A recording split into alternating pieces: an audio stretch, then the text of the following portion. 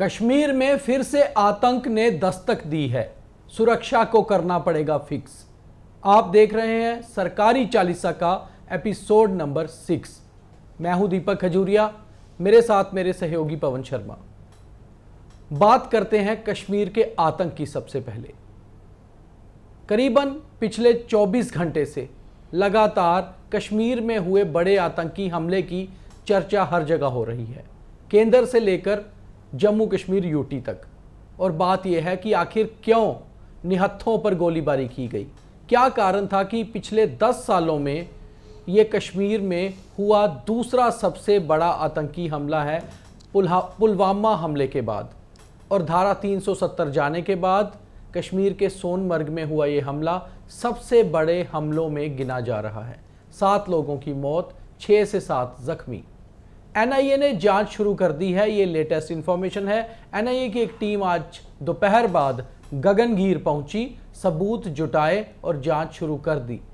उम्मीद है कि एनआईए की और टीमें भी पहुंचेंगी और इस जांच को तेज किया जाएगा। पवन जी, वाकई में पिछले 10 सालों में अगर पुलवामा हमले के बाद देखा जाए तो सबसे बड़ा हमला है ये। कारण क्या लगते हैं? हालांकि हमने दिन भर बहुत बार चर्चाएं की, मगर आखिरकार क्या लगता है? और एनआईए को जांच तेज करनी पड़ेगी क्योंकि पता चले कि किस तरह का ये हमला था, ताकि इसके बाद कोई ऐसा हमला ना हो, रोका जा सके। देखिए, इसमें कोई शक नहीं है, ये दूसरा बड़ा हमला है पुलवामा के बाद। और ऐसा एक हमला पहले भी जो निजी कंपनियां जहां पर प्रोजेक्ट्स का काम करती हैं, इरकान पे भी हुआ था। और उसके बाद अब फिर एक एफको कंपनी जो है उसके एम्प्लॉइज़ को टारगेट किया गया। और ये हमला उस समय हुआ जब सरकार बने हुए महज 5-6 दिन हुए। और कहीं ना कहीं ये जो जम्मू कश्मीर में डेवलपमेंट प्रोजेक्ट्स के काम चल रहे हैं, जो बड़े बड़े प्रोजेक्ट्स हैं जो लद्दाख के साथ कश्मीर के साथ जुड़ रहे हैं, जहाँ पर लोगों को बहुत ज़रूरत है, ऐसे काम जो हो रहे हैं उनको निशाना बनाना, वहाँ के लोगों को निशाना बनाना, ये एक बड़ी साजिश है और इसकी जांच गहनता से होनी चाहिए। और साथ ही जहाँ पर जो हमला हुआ वहाँ पर से जो इनको सबूत मिले हैं पुलिस को, जहाँ पर फोर्सेस के जवानों को, उसकी भी गहन जांच होनी चाहिए। इनके जो ओवरग्राउंड वर्कर उस इलाके में हैं उनकी भी जांच होनी चाहिए कि कैसे आतंकी वहाँ तक पहुँचे। बताया जा रहा है कि पहले रेकी की गई थी, पता किया गया था कि कितने बजे लोग वापस आते हैं, कितनी वहाँ पर स्ट्रेंथ होती है, और फिर वहाँ पर मेस के ऊपर हमला करना। 2 मेस हैं वहाँ पर, एक पहले एम्प्लॉयज़ की मेस पे हमला हुआ, फिर ऑफिसर की मेस पे हमला हुआ। तो कहीं ना कहीं ये पूरी रेकी थी। और मुझे लगता है कि टारगेट कुछ और लोग भी थे, शायद वो उस समय वहाँ पर नहीं थे। पवन जी, जिस तरह से फटाफट से ही हमले की नज़ाकत को समझते हुए केंद्र सरकार ने जांच एनआईए को दे दी करीबन 12 घंटे से पहले ही, ये अच्छा कदम है कि जल्द जांच हो ताकि पता चल सके कि ये हमले के पीछे साजिश है क्या? देखिए, जम्मू कश्मीर में पिछले अगर हम बात करें तो यूटी बनने के बाद अधिकांश मामले एनआईए के पास जा रहे हैं जी। जो भी टेरर रिलेटेड केस होते हैं तुरंत उनको सौंपे जाते हैं। तो मुझे लग रहा है कि ये उसी प्रक्रिया का हिस्सा है और इसलिए तुरंत जांच करने का ये भी मतलब है कि देखो, एनआईए का कश्मीर में बहुत ही इलाकों के ऊपर ज़बरदस्त इस समय नेटवर्क है। वो पता लगाने की जल्दी कोशिश करेंगे कि ये लोग कहाँ से आए, कौन थे, इनके पीछे कौन था, सपोर्ट कहाँ से मिली, क्योंकि बिना सपोर्ट के वो काम नहीं हो सकता था। और जो राइफल वहाँ पर इंसास अगर मिल रही है तो उसका ये भी जांच होगी कि ये वेपन जो है, जो अधिकांश मिलिटेंट जो है वो यूज़ नहीं करते हैं। तो कई पुलिसकर्मी जो पहले जिनकी शहादतें हुई हैं, कई बार जो हमले ऐसे हुए हैं जिनके वेपन ले जाते हैं, वेपन चोरी हुए थे, वो किस इलाके का वेपन चोरी हुआ था उसमें नंबर होता है, ताकि उस इलाके में जब हुआ था तो उस समय कौन मिलिटेंट एक्टिव थे, वो पूरी जांच का एक हिस्सा है। और मुझे लग रहा है कि सही टाइम पे अगर जांच आप सौंप देते हो तो रिजल्ट इसके अच्छे मिल सकते हैं। जम्मू कश्मीर अभी यूटी है और सुरक्षा की सीधी जिम्मेवारी जो है वो लेफ्टिनेंट गवर्नर मनोज सिन्हा के पास है और उन्होंने अपना इस जिम्मेवारी को निभाया भी। आज सुबह ही एलजी साहब सीधे पहुंचे स्कीम सोरा, जितने भी घायल थे उन सबसे मुलाकात की, उनका हाल जाना और तुरंत निर्देश दिए कि घायलों का उपचार अच्छे से होना चाहिए। वहीं वो सीधे वहां से जम्मू पहुंचे और जम्मू में जो एक मृतक हैं शशि भूषण अबरोल, तालाब तिल्लो इलाके में उनके घर पे गए, परिवार को सांत्वना दिया और साथ ही साथ ये कहा कि स्टेट ने अपना जो मुआवजा है वो भी घोषित कर दिया है जेएनके यूटी ने। और साथ ही साथ एप्को कंपनी भी 15 लाख प्रति मृतक के परिवार को दे रही है। तो कहीं भी इस मुश्किल की घड़ी में ऐसा न लगे किसी परिवार को कि सरकार या प्रशासन उनके साथ नहीं है। वहां से निकलते ही लेफ्टिनेंट गवर्नर ने जो मीडिया से बात की, सीधा टारगेट किया पाकिस्तान पे और ये कहा कि पड़ोसी के पेट में दर्द हुई है क्योंकि पीसफुल चुनाव जम्मू कश्मीर में हुए हैं और यही कारण है। साथ ही साथ एक और भी बात कही कि तगड़ा जवाब दिया जाएगा जो भी इसके पीछे हैं। तो पवन जी, दोनों बयान बिल्कुल साफ, एक तो पाकिस्तान की तरफ सीधा इशारा कर दिया एलजी साहब ने कि पाकिस्तान से साजिश हुई है, और दूसरा कि जवाब तगड़ा होगा, मतलब बदला लिया जाएगा। देखिए, इसमें दो चीजें हैं। पाकिस्तान जम्मू कश्मीर में जो चुनाव हुए हैं जी, और 370 का जो मुद्दा था उसे लेकर उन्होंने बहुत साजिशें रची। पाकिस्तान की खुफिया एजेंसी ISI, पाकिस्तान की सेना और जो टेरर फंडिंग रिलेटेड कंट्रीज हैं, जो तमाम जो खाड़ी देश हैं जो पैसा भेजते हैं टेररिज्म को जिंदा रखने के लिए, उनकी ये साजिश थी कि 370 हटने के बाद हमले तेज हों। उसके बाद जब यहाँ पर आतंकियों के साथ सख्ती से निपटा गया तो फिर प्रोसेस शुरू हुआ चुनाव का। तो उनका ये था कि किसी न किसी तरीके से चुनाव ना हो, लेकिन वो भी पूरी तरह संपन्न हो गए। अब वो बुखलाहट जो है वो ऐसी जगहों पर दिख रही है जहाँ पर कहीं सुरक्षा के थोड़े बहुत प्रबंध कम हैं, उन इलाकों को टारगेट किया जा रहा है। और ये भी उस समय किया जा रहा है जब सरकार का गठन महज 5 दिन हुआ पहले हुआ है।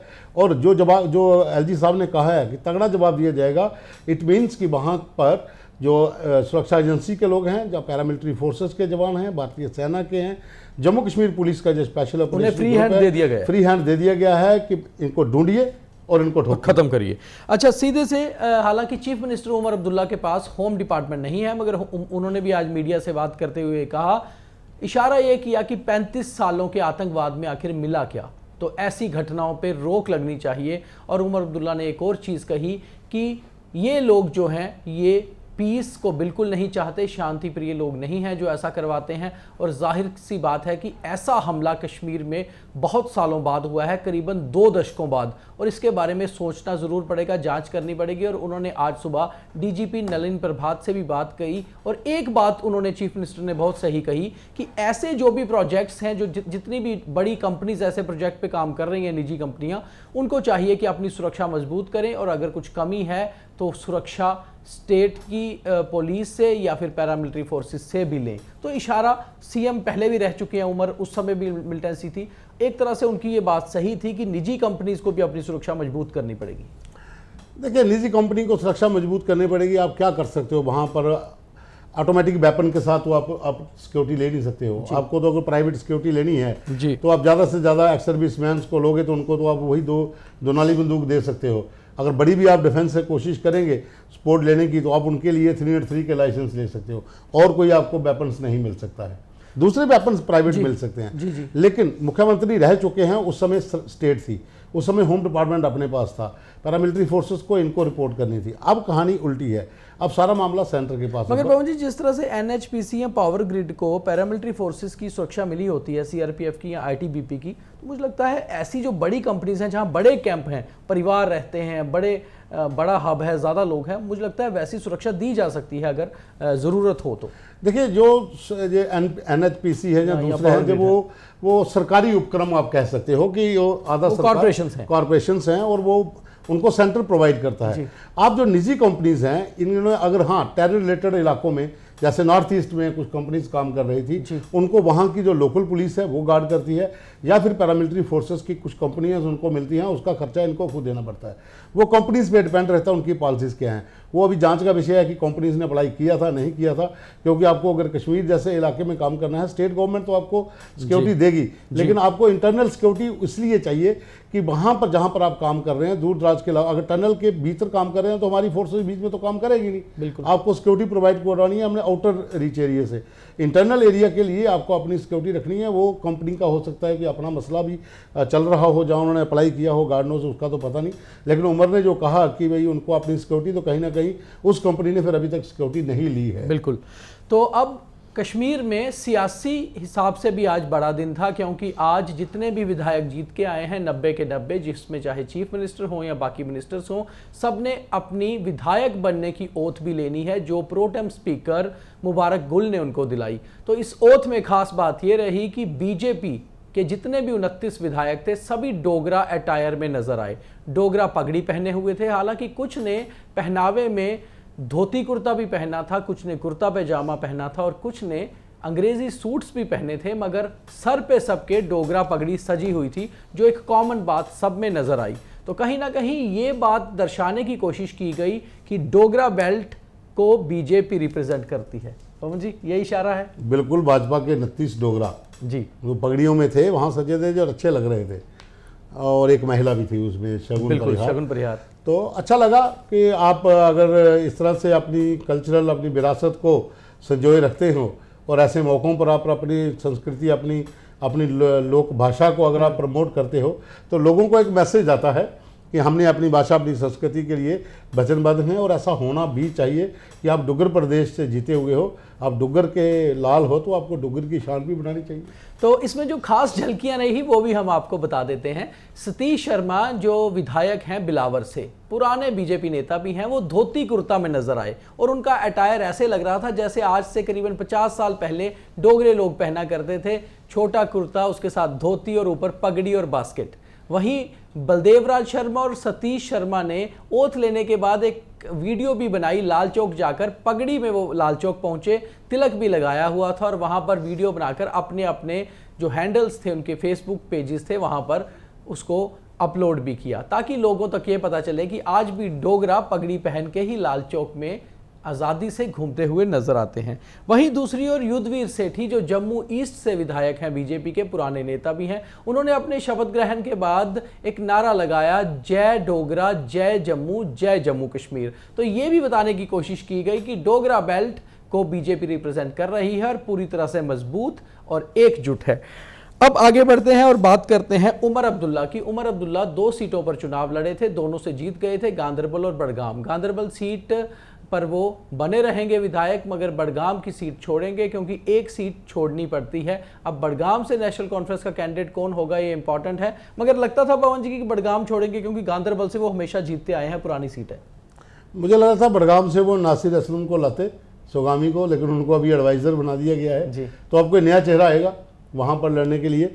लेकिन ये तो कन्फर्म था, एक सीट तो छोड़नी ही थी, लेकिन ये वाली छोड़ना उनके लिए इसलिए भी ज़रूरी था क्योंकि वहाँ से वो अक्सर जीते आए हैं। और यहाँ पर उन्होंने ये भी कहा था जब चुनाव लड़ रहे थे कि मैं 2 जगह पे खड़ा हूँ, अगर मैं जीत गया तो मैं आपको अपनी तरह का ही उम्मीदवार दूंगा जो आप लोगों की सेवा करेगा। तो मुझे लग रहा है कि अनाउंसमेंट हो जाएगी जल्दी, नया फेस कौन आता है वहाँ पर। कांग्रेस के भी विधायकों ने ओथ ली है, मगर कांग्रेस किसी और चीज़ों के लिए ज़्यादा चर्चा में चल रही है। वो ये है कि जो 5 नॉमिनेटेड एमएलए होने हैं जम्मू कश्मीर में, उनको लेकर कांग्रेस ने एक पेटिशन जो है वो लगाई थी सुप्रीम कोर्ट ने, वहाँ से तो मंजूर नहीं हुई, फिर जम्मू कश्मीर हाई कोर्ट में लगाई गई, उसके ऊपर आज चर्चा हुई। और हमारी दिन में एक खबर भी आपने देखी होगी पवन जी की, जिसमें इन्होंने विस्तार से बताया कि अगली तिथि 5 दिसंबर। तो पवन जी बहुत दूर की तिथि मिली है, उसके बीच में मुझे लगता है बीच में शायद राज्यसभा के भी चुनाव हो जाए। देखिए ये थोड़ा सा कन्फ्यूजन भी है कि आपने 5 दिसंबर की डेट डाली है जी, सदन आपका 4 को शुरू हो रहा है जी, 1-1.5 महीने का गैप है। क्या इस अवधि के बीच में नॉमिनेशन हो सकती है या नहीं हो सकती, या ये भी हो सकता है कि याचिका को लेकर कोर्ट ने इसके ऊपर रखा हो कि मामला कोर्ट में है, आप तब तक नहीं कर सकते। अगर आप तब तक नहीं कर सकते तो इस बीच में अगर अगर राज्यसभा के चुनाव आते हैं तो आपके 5 वोट कम हो जाएंगे। बिल्कुल, वो तो बड़ा सवाल। वही एक जो है लीगल उसका एस्पेक्ट समझ नहीं आ रहा कि इतनी लंबी डेट डाली गई है, करीबन 1.5 महीने का समय है, तो इस 1.5 महीने के बीच में जो भी कुछ होता है उसमें वो 5 एमएलए नहीं इन्वॉल्व हो। वो देखो, हमने 2-3 जो कानूनी सलाहकार हैं उनसे बात की है, उन्होंने कहा कि ये भाजपा को देखना है, जो उनका लीगल सेल है वो इसके ऊपर मंथन करेगा, वो डिसाइड करेगा, फिर वो कोर्ट में भी प्ली कर सकते हैं कि आप ठीक है 5 तारीख को सुनवाई करिए, लेकिन हम तब तक इनको नॉमिनेट करते हैं, क्योंकि अगर राज्यसभा के चुनाव इस बीच में करवाने हैं तो इन 5 का होना बहुत ज़रूरी है। 29, 5, 34 तब आप 2 सीटों की दावेदारी कर सकते हो। और साथ में कुछ कानूनी जानकारों का ये भी कहना है कि ये 5 नॉमिनेटेड विधायक जो हैं जो राज्यसभा के लिए वोट नहीं कर सकते, अच्छा, वो सिर्फ जम्मू कश्मीर के लिए कर सकते हैं। अलग अलग क्लॉज हैं, अलग अलग लॉज हैं, उसकी अभी इनके अपने लोग ही कंफ्यूजन में। जम्मू कश्मीर रीऑर्गेनाइजेशन जो यूटी एक्ट है ये उसके हिसाब से अभी चलेगा जब तक कि स्टेटहुड नहीं आती। हाँ। तो उसका जो एक्ट में होगा वही इसमें होगा। बीजेपी ने अपनी तरफ से ऑफिशिएटिंग प्रेसिडेंट सत शर्मा को कश्मीर भेजा था सभी विधायकों के साथ ओथ सेरेमनी में शामिल होने के लिए, उनको लीड करने के लिए। वहीं दूसरी ओर बीजेपी के Jammu Kashmir state president UT state है हालांकि, बट स्टेट प्रेसिडेंट कहा जाता है रविंदर रैना, और साथ में जम्मू कश्मीर के ऑर्गेनाइजेशन सेक्रेटरी अशोक कोल, ये दोनों दिल्ली में हैं। इन दोनों को हालांकि दिल्ली तो जाना था कि बीजेपी का एक कार्यक्रम था उसमें शामिल होने, मगर जो जानकारी आ रही है कि दिल्ली में बड़े नेताओं के साथ इनकी एक बैठक भी हो सकती है कि बीजेपी के जो कुछ जगह हार के कारणों में और साथ ही साथ आगे क्या फ्यूचर प्लान्स हैं उसको लेकर। तो दोनों नेताओं को दिल्ली बुलाया गया है, हालांकि कार्यक्रम में शामिल होने के लिए गए हैं, मगर बैठकों का दौर भी होगा। जाहिर सी बात है, जम्मू कश्मीर में जो चुनाव हुए हैं उसमें हार जीत के ऊपर मंथन तो होगा, हर पार्टी करेगी। जो उन्होंने डिसाइड किया था कि हम इस आंकड़े तक पहुँचेंगे, वहाँ नहीं पहुँच पाए, क्या कमियाँ रहीं, उसके ऊपर तो मंथन होगा। तो अब दिल्ली में हो सकता है कि बैठकें हों, उसके बीच इसके ऊपर भी कोई बैठक हो जिसके अंदर समीक्षा की जाए कि आखिर क्या वजह रही। तो ये था आज का दिन भर का सभी कार्यक्रम का लेखा जोखा। लगातार द न्यूज रूम 24 आवाज देखते रहिए। अगर आपने लाइक, फॉलो, सब्सक्राइब नहीं किया तो फॉलो और सब्सक्राइब तो जरूर कर लीजिए, क्योंकि पूरी जानकारी स्टेट में क्या हो रहा है आपको यही मिलती है। आपको पता ही होगा कि कल शाम को जैसे ही 8:30 पौने 9 के बीच हमला हुआ, करीबन 15 से 20 मिनट के बाद मैंने और पवन जी ने आपको पूरी जानकारी विस्तार से बताई, और हमारी जो जानकारी थी बिल्कुल सटीक थी, कहीं पर भी क्रॉस चेक किए बिना कोई जानकारी नहीं थी, ताकि लोगों में गलत धारणा या गलत भावना ना किसी चीज़ को लेकर जाए। वहीं दूसरी ओर रात को 11:30-12 बजे भी आपको इन्फॉर्मेशन दी, और आज दिन भर भी हमने आपको इस हमले के जितने भी बिंदु थे उन पर अलग अलग कार्यक्रम दिखाए। हमारी कोशिश ये रहती है कि कोई भी गलत इन्फॉर्मेशन सोसाइटी में, समाज में ना जाए, और आप इसीलिए हमें देखें ताकि आप यकीन कर पाएँ हमारी इन्फॉर्मेशन पर। बहुत धन्यवाद।